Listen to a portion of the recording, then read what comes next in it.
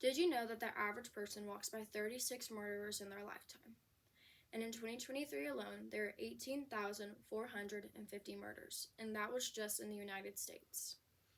Today I'm going to tell you about one of the most famous serial killers of all time, Jeffrey Dahmer. Personally, I like to watch documentaries over serial killers, and I like to research them so I know what I can look out for in my everyday life, and so I can keep an eye out for red flags. Today I'm going to break down Jeffrey Dahmer's life, starting from the moment he was born to the day he died. I'm going to explain what he did and how he killed people, what he did after he killed people, and how he eventually got caught. Jeffrey Dahmer was born on May 21st of 1960, and he had a lot of red flags from a young age. The most concerning red flag was that he liked to collect dead small animals. He would then clean them, preserve them, and keep things like their head in jars. This just started off with roadkill at first, and his dad thought it was just a hobby, but it then led on to him killing animals in the backyard so that he could preserve them and clean them and keep them for keepsakes. At the age of 14, he developed necrophilia, which are sexual desires with the dead, and he also had desires of murder. At the age of 14, he also became an alcoholic, which then led to a downfall for the rest of his life. He ended up getting kicked out of the military and arrested for indecent exposure, which consisted of him masturbating in front of two young boys, and he also got booked on disorderly conduct multiple times. This alcoholic downfall also led to his murder spree. His first murder was in 1978, and he was only 18 years old. He was very careful about who he would choose for his victims. He would make sure they were either borderline criminal or they were nomadic, so that they were constantly moving so nobody would know if they went missing. They didn't have a lot of family, and most of the time nobody ever noticed when they weren't there. His first victim was an 18-year-old hitchhiker. He lured him to his house once he gave him a ride. When the hitchhiker tried to left, he ended up striking him in the head, and then he strangled him, and he chopped up his corpse. He then placed them in plastic bags and buried them in the back of his house. Mind you, he was living with his grandmother, and he then went on to kill 3 more people at her house. She ended up getting suspicious of what he was doing downstairs in the basement, so she ended up kicking him out, and he moved to a high crime area in an apartment.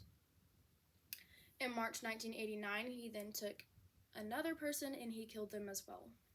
He took pictures, and then he would have sex with the corpse, and he would preserve this human body for the first time. 2 years later, he killed 12 more people. He would also take pics, then have sex with them, chop them up, preserve, or consume their bodies. His 13th victim ended up escaping. He was a 14-year-old boy. He ended up finding the police, but Jeffrey Dahmer followed him and convinced the police that he was his lover, that he was 19 years old, and that he had just had too much alcohol, and that he would just take him back and he would be safe.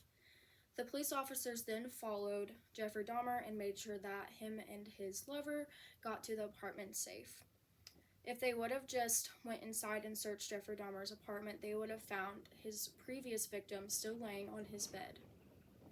After the police ended up leaving, he then killed the 14-year-old boy as well. After this, he ended up killing 4 more people, which of course he took pictures of them, had sex with them, and then dismembered their body. Eventually, after 16 murders, Jeffrey Dahmer got caught. He was arrested on July 22nd of 1991. His victim that escaped was Tracy Edwards. He was 32 years old, and he was found running on the streets with handcuffs dangling from his wrists. Officers went to the apartment, spoke to Jeffrey Dahmer, and got the keys to the handcuffs. They saw pictures of bodies dismembered on the floor, and this led to a search of his apartment, and they found the dead bodies, and they arrested Jeffrey Dahmer, and what he muttered was, "For what I did, I should be dead." After Jeffrey Dahmer was arrested, they had a more thorough search. They found 4 heads, preserved skulls, jars with genitals in them, and lots of pics. Jeffrey Dahmer also said that with the skulls, he wanted to create a private altar where he would feel safe and at home.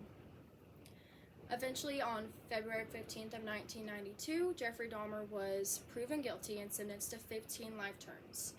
He was sent to prison at the Columbia Correctional Institution, and he was kept separate from the rest of the inmates, but he eventually convinced the judge to be socialized with everybody else.